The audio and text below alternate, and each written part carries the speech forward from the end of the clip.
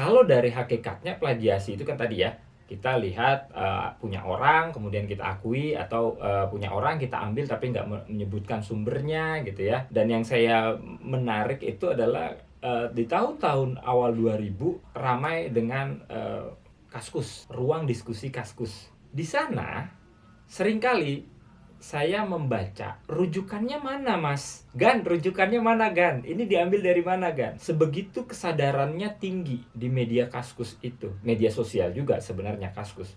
Tapi media sosial yang ya cukup rumit lah kalau pada zaman itu gitu ya. Karena nggak semuanya bisa seperti sekarang Facebook begitu mudah. Twitter, Instagram, dan lain-lainnya. Berkembang dari situ, mulai kita kembali lagi nih ke plagiarisme atau plagiasi atau plagiat. Berkembang, bagaimana Pak kalau itu tulisan kita udah publish di artikel, di jurnal atau di buku, kemudian kita kutip lagi. Nah, itu namanya self plagiarism. Itu juga dilarang. Alangkah lebih baiknya kita citation dari tulisan kita sendiri. Jadi kita menghargai apa yang kita sudah hasilkan. Lalu mengapa sih atau alasan apa seseorang itu melakukan kegiatan plagiasi atau plagiarisme? Umumnya orang itu melakukan kegiatan plagiarisme karena adanya terbatasnya waktu untuk menyelesaikan sebuah karya. Jadi waktu ini terbatas, sehingga dengan adanya teknologi komputer misalnya atau laptop atau handphone, dia main kopas-kopas aja. Sangat-sangat primitif, kalau saya bilang sangat konservatif lah plagiasinya. Dia kopas-kopas. Dia lupa bahwa tiap tulisan itu sudah ada jejak digitalnya, dan jejak digital memang sangat sulit untuk dihapus. Maka hati-hati bermain di dunia digital. Kemudian yang kedua adalah rendahnya minat baca dan melakukan analisis dari sebuah tulisan atau dari sebuah referensi. Kemudian mengambil intisarinya atau membahasakan kembali, menuliskan kembali.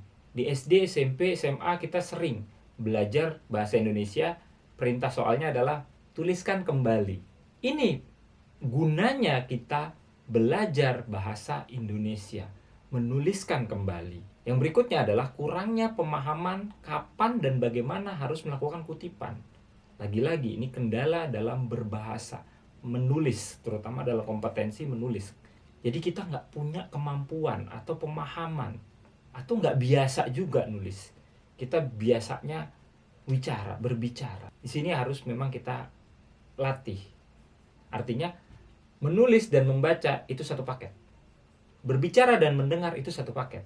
Orang biasa berbicara, dia juga umumnya biasa mendengarkan. Seperti saya sering mendengarkan kuliah-kuliah online dari berbagai ilmuwan-ilmuwan, bukan hanya di bidang pendidikan, di bidang psikologi, di bidang matematika, statistik, bahkan di bidang agama. Agar apa? Agar saya bisa memahami cara pandangnya. Tentu sebelumnya saya sudah baca dulu apa tulisan-tulisan dia, bagaimana tulisannya, atau kalau di keagamaan kitab-kitab yang dirujuk atau yang dibahas itu seperti apa. Yang terakhir adalah kurangnya perhatian. Nah, ini dari guru dan dosen terhadap pelanggaran yang kita ini anggap atau kita nilai ini masih baru. Karena ini baru mulai muncul di awal-awal abad 21 atau awal-awal tahun 2000-an. Plagiasi ini, sedangkan di mana-mana itu sudah lama, terutama di khasanah keilmuan keagamaan itu dari tahun 1400-an itu sudah jelas. Ini dikutip oleh ini berbicara gitu kan, dia menulis itu, kan, disebut itu dari si A, dari si B, seperti yang kalau di agama saya seperti dalam penulisan hadis misalnya. Penulisan hadis itu benar-benar terverifikasi. Siapa bilang siapa dengar dari apa, gitu kan?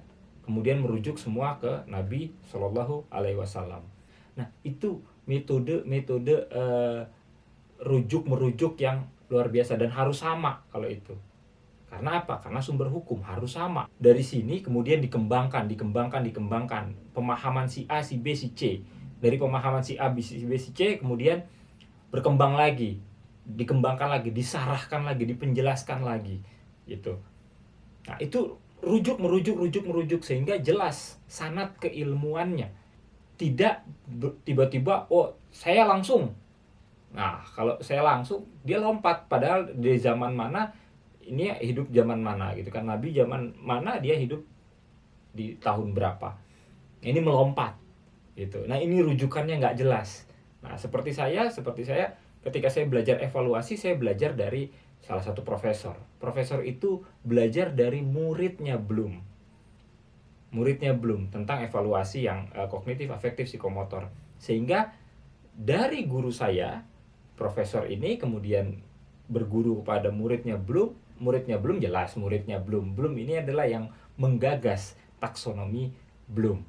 Sehingga sanadnya jelas, keilmuannya jelas, citationnya jelas, rujukannya jelas, ilmunya nggak keluar dan menyimpang. Setelah kita bahas tentang apa, mengapa, dan bagaimana itu plagiasi, lalu kurang fair ya kalau kita nggak bahas tentang bagaimana cara menghindari plagiasi. Kita harus bedakan dulu plagiasi di karya ilmiah dengan plagiasi di karya populer misalnya ya. Kalau populer itu memang nggak ketat seperti karya-karya buku-buku populer gitu ya, atau makalah-makalah populer, itu nggak terlalu ketat. Yang sangat ketat itu adalah di artikel ilmiah, wabil khusus jurnal. Cara menghindari plagiasi yang pertama adalah menggunakan tanda kutip. Tanda kutip jika mengambil langsung satu kalimat dengan menyebutkan sumber. Yang kedua, menuliskan daftar pustaka atas karya yang dirujuk atau citation atas karya yang dirujuk dengan baik dan benar. Yang dimaksud baik dan benar ini harus sesuai dengan panduannya. Maka ada yang namanya IEEE atau IEEE ya. Kemudian ada APA ya, ada Harvard, macam-macam. Itu ada aturan-aturannya. Ikuti aturan itu. Namun demikian, jika kita menulis jurnal, artikel, ini bisa-bisa nggak berlaku. Kenapa? Karena kita harus mengambil intisarinya, memparafrasekan apa yang dimaksud. Kalau kita tulis ulang, ini masih bisa kemungkinan kebaca plagiarismenya masih tinggi. Apalagi sekarang sudah ada software plagiarism seperti Turnitin atau self plagiarism dan lain sebagainya, atau plagiarisma ya. Parafrase. Ini yang ketiga, parafrase. Parafrase, melakukan parafrase itu sebenarnya tetap menyebutkan sumbernya tapi menggunakan bahasa sendiri. Ide, gagasan dan sumbernya kita ambil dari rujukan ini, dari sumber ini gitu. Dari misalnya jurnal ya, kita ambil dari jurnal, penulisnya si A misalnya. Idenya ABC misalnya. Nah, kita ambil idenya saja, kemudian kita bahasakan kembali dan kita citation. Nah, ini yang paling aman, terutama untuk jurnal. Kalau untuk karya ilmiah seperti skripsi mungkin nggak terlalu ya. Tapi intinya tetap harus citation. Makanya di video lain saya coba untuk bagaimana cara menggunakan software citation. Mendeley misalnya.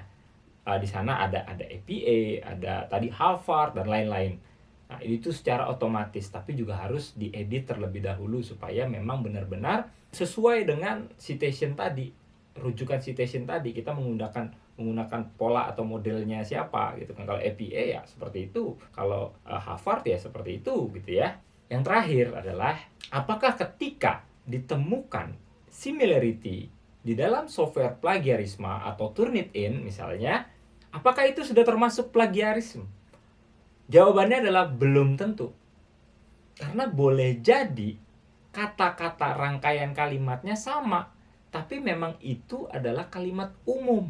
Misalnya, oleh karena itu, namun demikian, oleh sebab itu, berdasarkan latar belakang di atas, ya kan? Atau berdasarkan uraian yang telah dijelaskan di atas, itu kan banyak sekali frase-frase atau kalimat-kalimat seperti itu. Itu belum tentu termasuk plagiarisme atau plagiasi. Atau similarity-nya besar sekali dalam satu tulisan kita, sama kesamaannya, itu belum tentu dikategorikan plagiarisme. Lalu bagaimana Pak? Nah, itu nanti akan ada proses berikutnya, terutama dari editor kalau di jurnal. Kalau di kampus biasanya ada dosen yang mereview apakah ini benar plagiarisme atau hanya kesamaan kalimat-kalimat yang memang umum. Yang berikutnya masih terkait dengan similarity, berapa umumnya, berapa persen umumnya yang bisa ditoleransi untuk similarity atau plagiarism ini. Bukan similarity-nya lah, plagiarismnya. Umumnya kalau di S1 itu harus di bawah 30%. Umumnya 30% di bawahnya. Jadi kalau sudah di atas 30% itu umumnya, terutama kalau memang ditengarai plagiarism ya. Bukan sekedar similarity tapi plagiarism. Kalau udah di atas itu biasanya di reject dan dikembalikan lagi. Mengapa demikian? Sebenarnya bukan kita menyusahkan atau mahasiswa atau kampus menyusahkan mahasiswa. Bukan. Tapi justru untuk melindungi hak-haknya mahasiswa. Ketika ijazah sudah di tangan, kemudian 5 tahun kemudian, misal menjadi kandidat bupati, wali kota, gubernur atau bahkan presiden, atau dia mau lanjut ke S2, lanjut ke S3, wisuda di S3, di S2 atau jadi guru besarnya misalnya gitu ya. Kalau S1-nya kemudian ada yang dalam tanda kutip jahil, iseng gitu ya, melihat skripsi S1-nya kemudian similarity-nya tinggi dan plagiarismnya luar biasa, maka rontoklah itu semua. Seperti yang saya katakan di awal tadi. Jadi benar-benar kami itu dosen perguruan tinggi sebenarnya ingin melindungi sebaik-baiknya mahasiswa atau lulusan-lulusan kami. Jadi bukan bermaksud untuk nyusahin gitu ya. Bukan itu. Maka pesan saya yang terakhir adalah tolong dijaga baik-baik dalam kemampuannya ya, kemampuannya ditingkatkan, dijaga karya ilmiahnya supaya tidak terkena plagiarisme, nggak kena plagiasi ya. Jika memang ada masukan, saran, dan kritik, silahkan bisa ditulis di kolom komentar. Kurang lebihnya saya mohon maaf. Wabillahi taufiq wal hidayah. Wassalamualaikum warahmatullahi wabarakatuh. Salam sejahtera buat kita semua. Terima kasih.